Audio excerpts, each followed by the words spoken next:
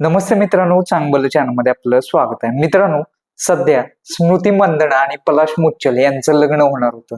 परंतु स्मृती मंदनाचे वडील आजारी पडल्यामुळे हे लग्न पुढे ढकलण्यात आलं. सध्या 2 दिवस झालं संपूर्ण सोशल मीडियावरती चर्चा सुरू आहे आणि विविध प्रकारचे चॅट सुद्धा लीक झालेले आपल्याला माहितीच. पलाश मुच्छल आणि जे मॅरेडी कोस्टा नावाचं एक इंस्टाग्रामला अकाउंट आहे, ती मुलगी आहे, त्यांचं जे चॅट्स लीक झालेलं.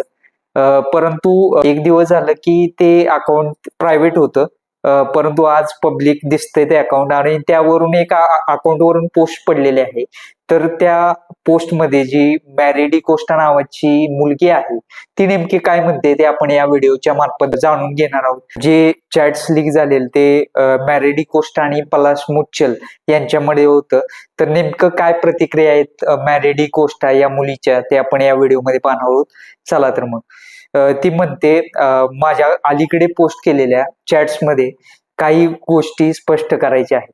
सर्वप्रथम चॅटचे आदान प्रदान म्हणजे चॅट जे झालेले ते 29 एप्रिल ते 30 मे 2023 दरम्यान झालेलं, म्हणजेच संपर्क फक्त 1 महिन्याचाच होता. ती म्हणते, मी त्याला कधीही भेटलेली नाही आणि त्याच्यासोबत कधीही कोणत्याही प्रकारे गुंतलेले नाही, हे मी स्पष्टपणे सांगू इच्छिते.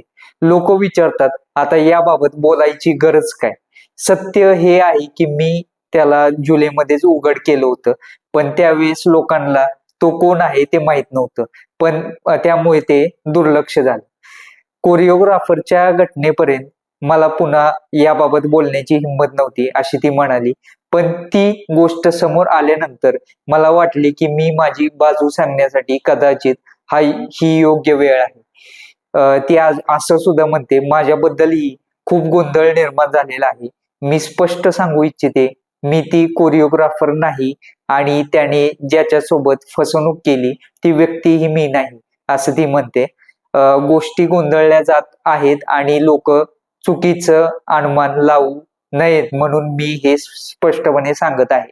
मला आणखी सांगायचं आहे की मी क्रिकेट फॉलो करते आणि ती म्हणाली की स्मृती मानधना तिला खूप आवडते. मी दुसऱ्या स्त्रीला कधीही अशा प्रकारे दाखवणार नाही आणि कदाचित म्हणूनच तिला सर्व काही पारदर्शकपणे सांगायची गरज वाटली, अशी सुद्धा ती म्हणते. मला खरंच अशा प्रकारचा विरोध मिळेल अशी अपेक्षा नव्हती. माझ्यावर येणारी टीका सहन होत नसल्यामुळे मला माझे अकाउंट प्रायव्हेट करावे लागले, अशी मॅरेडी कोस्टा म्हणते. आणि मला कधीही वाटलं नव्हतं की तिला सर्व काही सहन करावं लागेल. फक्त काही लोक नकारात्मक प्रतिक्रिया देत आहेत आणि कदाचित त्यांना खरी घटना माहीत असल्यामुळे असे होत असेल, अशी ती म्हणते.